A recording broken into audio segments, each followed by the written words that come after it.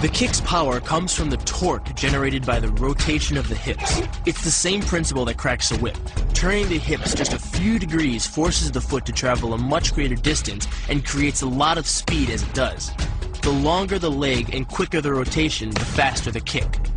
And unlike karate, Muay Thai fighters are also taught to strike with the hard bone of the shin. A Muay Thai kick can generate roughly the same force as a baseball bat, enough to crack a rib. It works like a point of a knife. All the force is magnified by being concentrated in a small, hard area. Even if the elbow doesn't deliver a knockout, it will almost always leave a nasty cut, and often getting in close neutralizes the opponent's weapon advantage. Then, in the clinch, we bring the power of the knee to bear. Unlike the kick, which relies on rotation to create power, the knee gets its power from leverage. Pulling our opponent down as we drive the knee up can deliver up to 2.5 tons of force, enough to lift a car. It's not the arms, but the legs that drive this. Like a piston, the explosive power of the legs is capable of generating hundreds of pounds of force, all to a very vulnerable area, the soft underside of the opponent's jaw. Like the Hanuman move, the flying knee relies on the explosive power of the legs. But rather than spread the power of our blow over two fists, it concentrates it into the spear point of the knee and combines it with the force of gravity. It's the equivalent of hitting our opponent in the chest with a sledgehammer. Phi works on a concept called the couple. Basically, it's two levers linked at a single fulcrum, the elbow lock. And it doubles the foot-pounds of torque you can generate when compared to a single-arm lock. There's more than enough force to flip an opponent to the mat or dislocate his elbow. Using the twisting motion of the torso to drive the strike, the business end of the hardwood fighting stick can quickly accelerate to more than 25 miles per hour. On contact with the skull, the energy is enough to cause a depressed fracture. It's the same injury-producing force as being hit in the temple by a hammer. Mali relies on something called a flexion moment imparted to the neck to do damage. An average man's neck can withstand about a 140 foot-pound flexion moment. Beyond that, soft tissue and even vertebrae can be crushed. By bringing your weight down fast, this move could easily deliver twice that amount of force. And it wouldn't just end a fight. It could leave your opponent paralyzed or dead. Close, the opponent's neck is exposed. But because of the close range, the hand doesn't generate a huge amount of force. It's enough to stun, but probably not enough to cause severe injury. But replace the hand with a weapon, a stick or a knife, as you would in combat, and this could become a kill shot. The kick's power comes from the snap of the knee.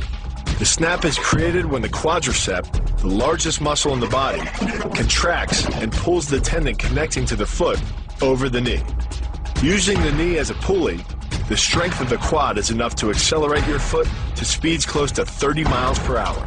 Because the area of impact is focused on a small part of the foot, it magnifies the force of the blow, making it capable of dropping 1,000 pounds of force on your head.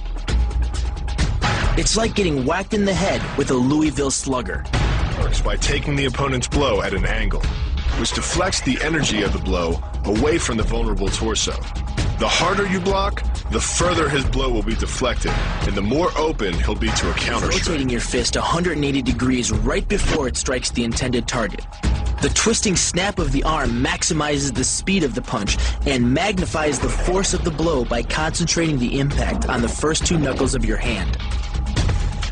Done correctly, it can deliver as much energy as a bowling ball dropped from the top of a house, more than enough to cause soft tissue damage or break a rib. Because it swings through such a wide arc, the wrist is moving at speeds of up to 43 miles per hour. And since the radius doesn't deflect or compress nearly as much as a fist, it can deliver a staggering blow, like being hit with an axe handle. This roundhouse kick is designed for maximum impact. With the powerful muscles of the thigh yanking the tendon over the knee, the foot accelerates from 0 to 21 miles per hour in just 1/3 of a second.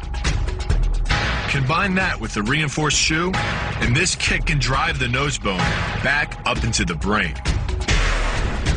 It's aimed at the largest gland in the human body, the liver. A direct hit won't just bring an opponent down. It can rupture the gland, causing severe internal bleeding.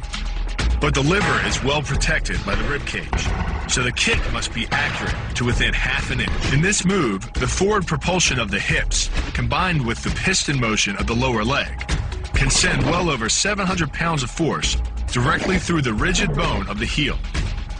This impact won't just knock an opponent down. The force is enough to permanently damage his kneecap, leading with the near arm. The first jab travels the shortest distance to the opponent, so what it lacks in force, it makes up for in speed. The second punch, utilizing both the twist of the shoulders and the forward momentum of the kick, can carry over 4 times as much impact. And just a few hundred pounds of force to the temple is enough to cause a knockout. This move uses the same principle as a throw in judo, off-balancing your opponent and then using his momentum to send him down. But it's much more aggressive. The sweep here is actually a strike to one of the most sensitive areas of the body, the Achilles tendon. The Achilles tendon. The throw works just like a crowbar, where your leg is the lever and your hip is the fulcrum.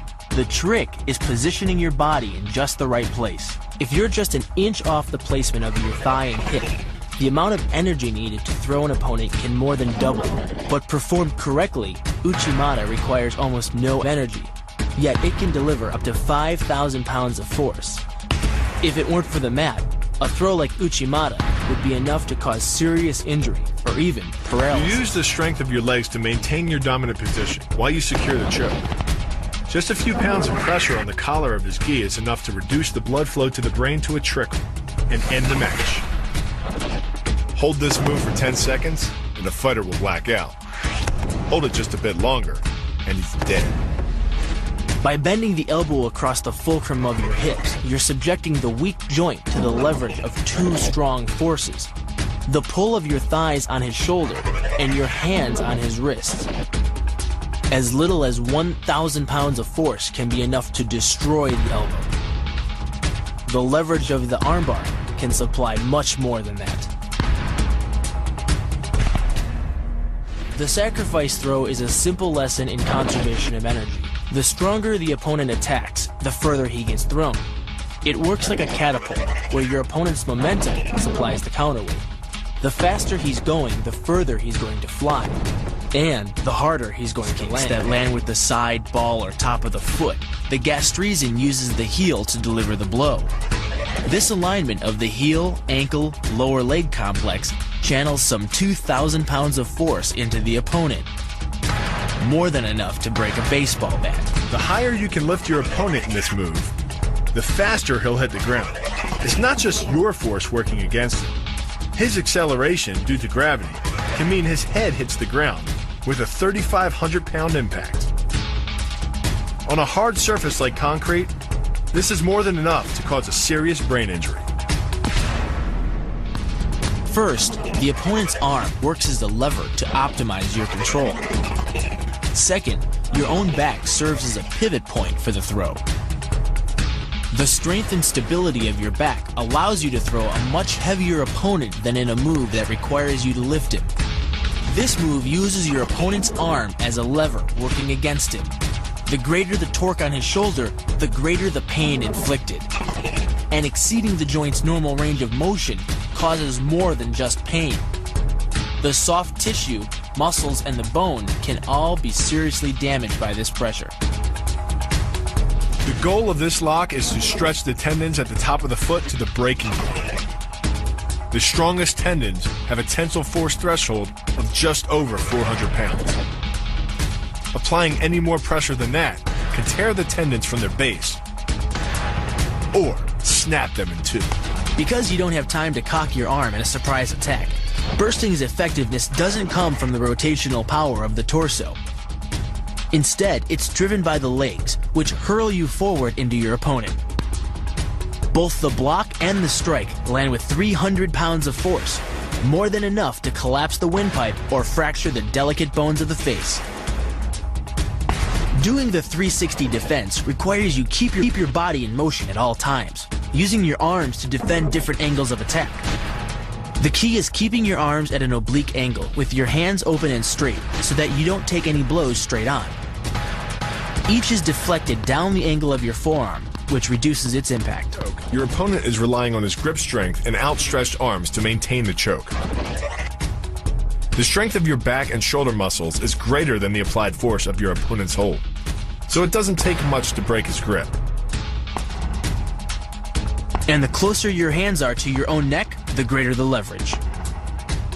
The disarm is basically a judo wrist lock and uses many of the same principles. By pulling your attacker forward as you turn, he loses his balance, giving you control of his wrist. The barrel of the gun then becomes a lever, allowing you to take the gun. Because you are using the muscles of your torso, which can deliver up to 10 times more force than the muscles of the wrist, the disarm works against an opponent who is much stronger than you. Actually an elbow strike from another martial art, Muay Thai. But because the metal doesn't deform on impact, like human bone, every ounce of power is channeled directly into your opponent's face. With the twisting motion of the torso generating the force, and the stiff metal of the M16 providing the impact, it's enough to shatter a cheekbone or break a jaw. The combined momentum of your forward step, the twist of your torso, and the swing of the rifle, the butt stroke can strike your opponent at over 18 miles per hour, carrying well over 550 pounds of force. That's enough to drive a 16-penny nail through nearly 2 inches of pressure-treated wood. Add a follow-up slash and thrust with a bayonet, and the butt stroke becomes a real killer. But the real damage from the knee bar doesn't come from gravity. It comes from leverage. Once the knee is locked, your hips act like a fulcrum, and his leg acts like a lever, multiplying any force you apply. So even though the ligaments and tendons around the knee can sustain 1,700 newtons of force, the knee bar can load a lot more than that, enough to completely destroy the joint. Pushes his opponent at a location above the center of mass, while using his sweeping leg to create a tripping point, which is below his opponent's center of mass. Once the loss of stability has occurred, gravity does the work, and the damage. On the ground and on his back, your opponent is now vulnerable to any number of finishing strikes. Much like a nutcracker, your forearm and biceps apply pressure to your opponent's carotid arteries. Located on either side of the trachea, these two arteries are the only way to get blood to the brain. It can take less pressure than squeezing an orange to stop the flow of blood to the arteries. And with no blood flow, the brain shuts down almost instantly. Fight over.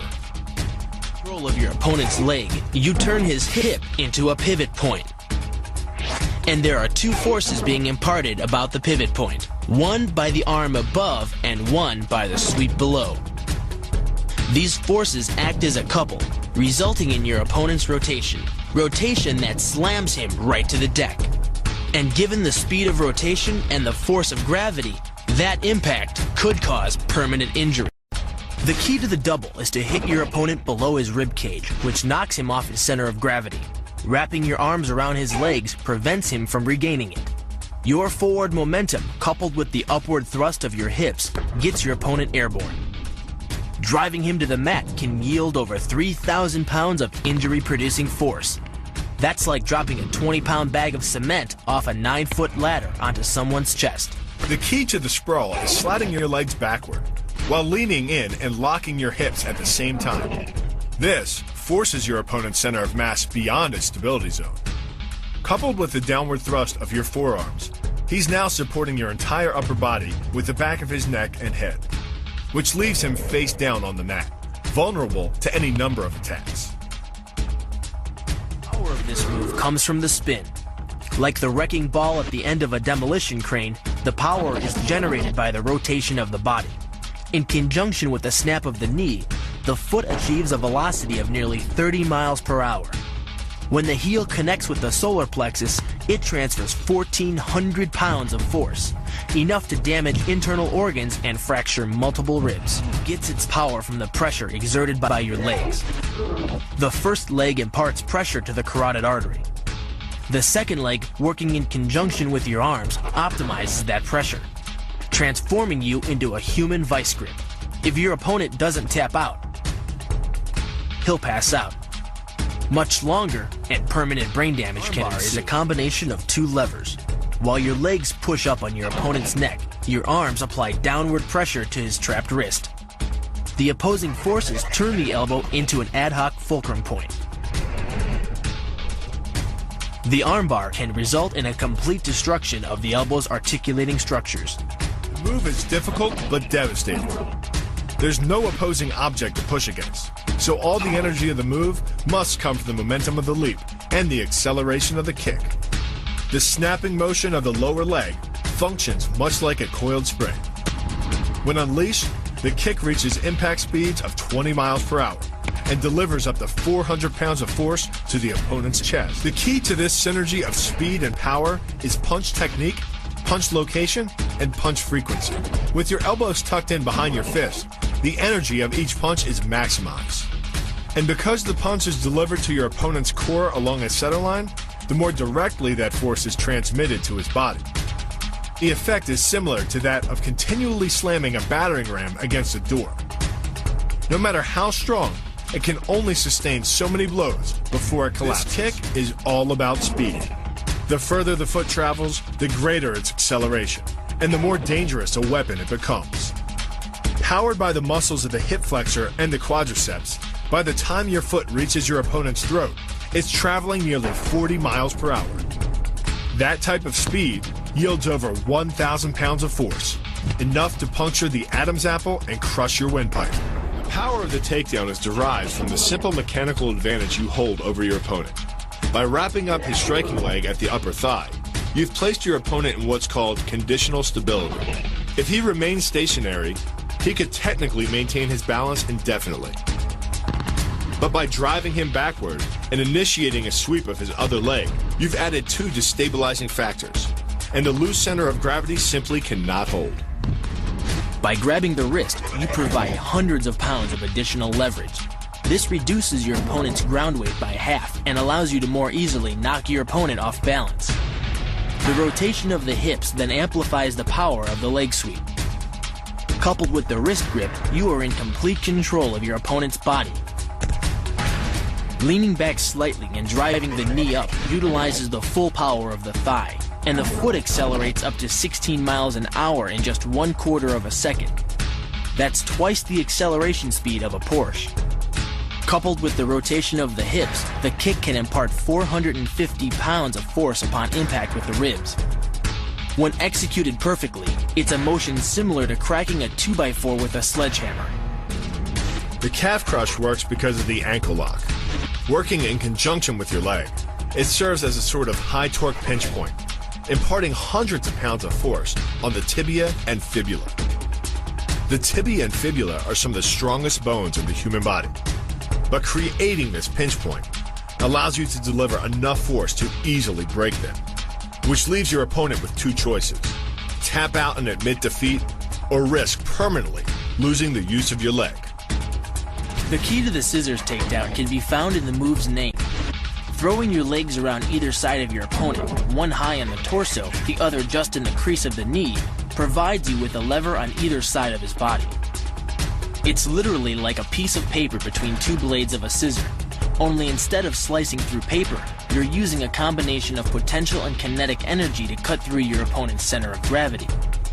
The downward force exerted on his gi pulls your opponent across his tipping point. Along with your body weight, you generate enough instability in your opponent to drive his body to the mat, like a child tossing around a rag doll. The hip throw capitalizes on the body mechanics of both you and your opponent. Thrusting your hips into your opponent's waist creates a pivot point around which his arm is the lever. With your legs between his, you've created a center of gravity significantly lower than your opponent's. This imparts maximum instability and helps you maintain control while throwing him over your hip. The throw, coupled with the downward force of gravity, generates a speed of 8 miles per hour, which can create more injury-producing impact energy than The throw, coupled with the downward force of gravity, generates a speed of 8 miles per hour, which can create more injury-producing impact energy than falling down a small flight of stairs. This move is kick speed and kick placement. Powered by the rotation of the hips and the strongest muscles in the body, the quadriceps, at the point of contact, the kick is traveling 25 miles per hour and can impart 550 pounds of force. The wider the foot travels from the center of its axis, the more speed and power it picks up. more than enough to cause a knockout or concussion. Delivered to the neck, it can fracture the cervical vertebrae. The rotation of the torso is the basis for the strike's power. Because the torso has an effective mass far greater than the arms, its rotation can impart up to 400% more force to your target. And the last-minute rotation of the wrist can magnify that force even more. These alternating points of leverage are the basis for the move. Locking the hands high behind the shoulder blades puts you in control of your opponent's center of mass, which in turn negatively affects his conditional stability. Dropping the hands behind the lower back and driving your chin into the chest further disturbs his center of mass and makes resistance from this position nearly impossible. The application of maximum force ensures you maintain control while driving your opponent to the ground. The first elbow strike can accelerate to a speed of 25 miles per hour in less than a quarter of a second. Less than a third of a second later, the initial strike is followed by another, equally devastating shot.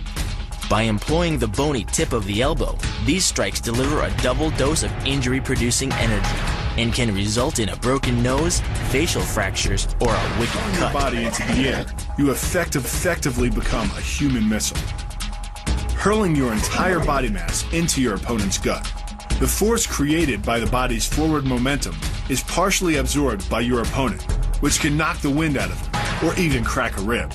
But the coup de grace is the elbow chop. Impacting with the head at nearly 15 miles per hour, a solidly landed elbow to the head's frontal bone can knock your opponent out, fracture his skull, or cause serious spinal cord damage. The move works by using your opponent's own body weight against him. The first strike can land at speeds greater than 20 miles per hour and can stun your opponent with the same injury-producing energy as dropping a bowling ball from over 11 feet onto his torso. By using his arm as a lever in conjunction with the leg sweep, you drive your opponent to the ground. Once he is on the ground, you follow up with a devastating strike to his face. The secret to the move is wrist control. By rotating your opponent's wrist to the maximum extent of its range of motion, the bones of the wrist lock against the bones of the forearm and make it impossible to bring the strong muscles of the upper arm to bear.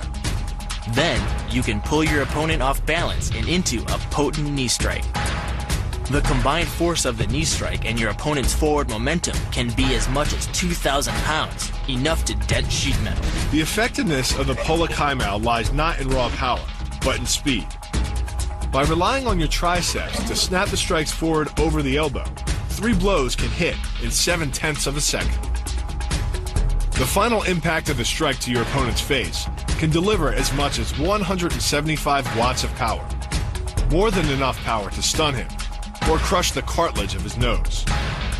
You then add insult to injury, firing one last shot into one of the most sensitive regions of the body, the groin. Pulling off the move relies on 2 factors.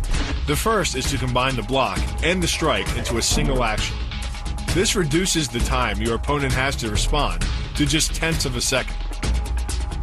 But the real focus is to aim your strike at the throat. Because as little as 76 pounds of force can collapse the larynx, the strike doesn't need to deliver a lot of force to be deadly.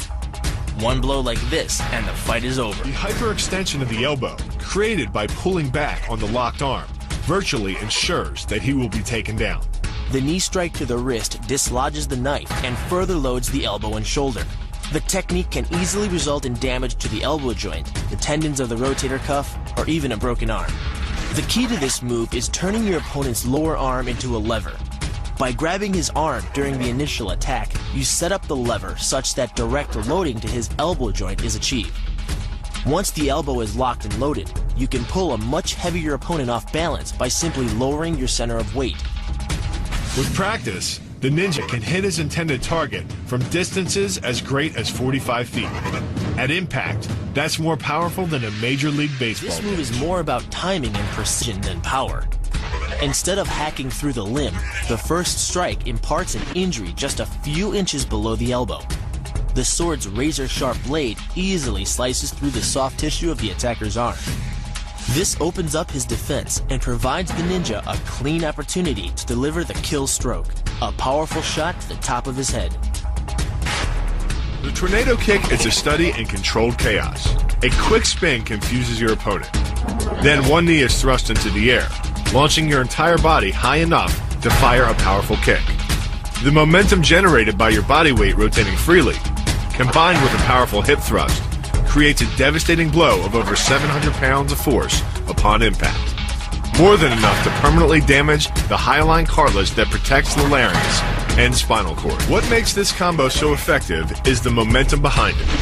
Powered by the running start and the most powerful muscles in the body, the quadriceps, the initial kick lands at 15 miles per hour. The second kick creates 3 times the injury-producing energy as the first, delivering over 650 pounds of force. That's like taking a shot from a sledgehammer to the face. More than enough to score a knockout and rearrange some facial features. The axe kick draws its power differently than most kicks. Once your foot reaches the apex above your opponent's head, your body's momentum, combined with the ease of downward acceleration due to gravity, can reach speeds over 20 miles per hour. That's enough to generate more than 550 pounds of force at the point of impact, easily breaking the nose or shattering the clavicle.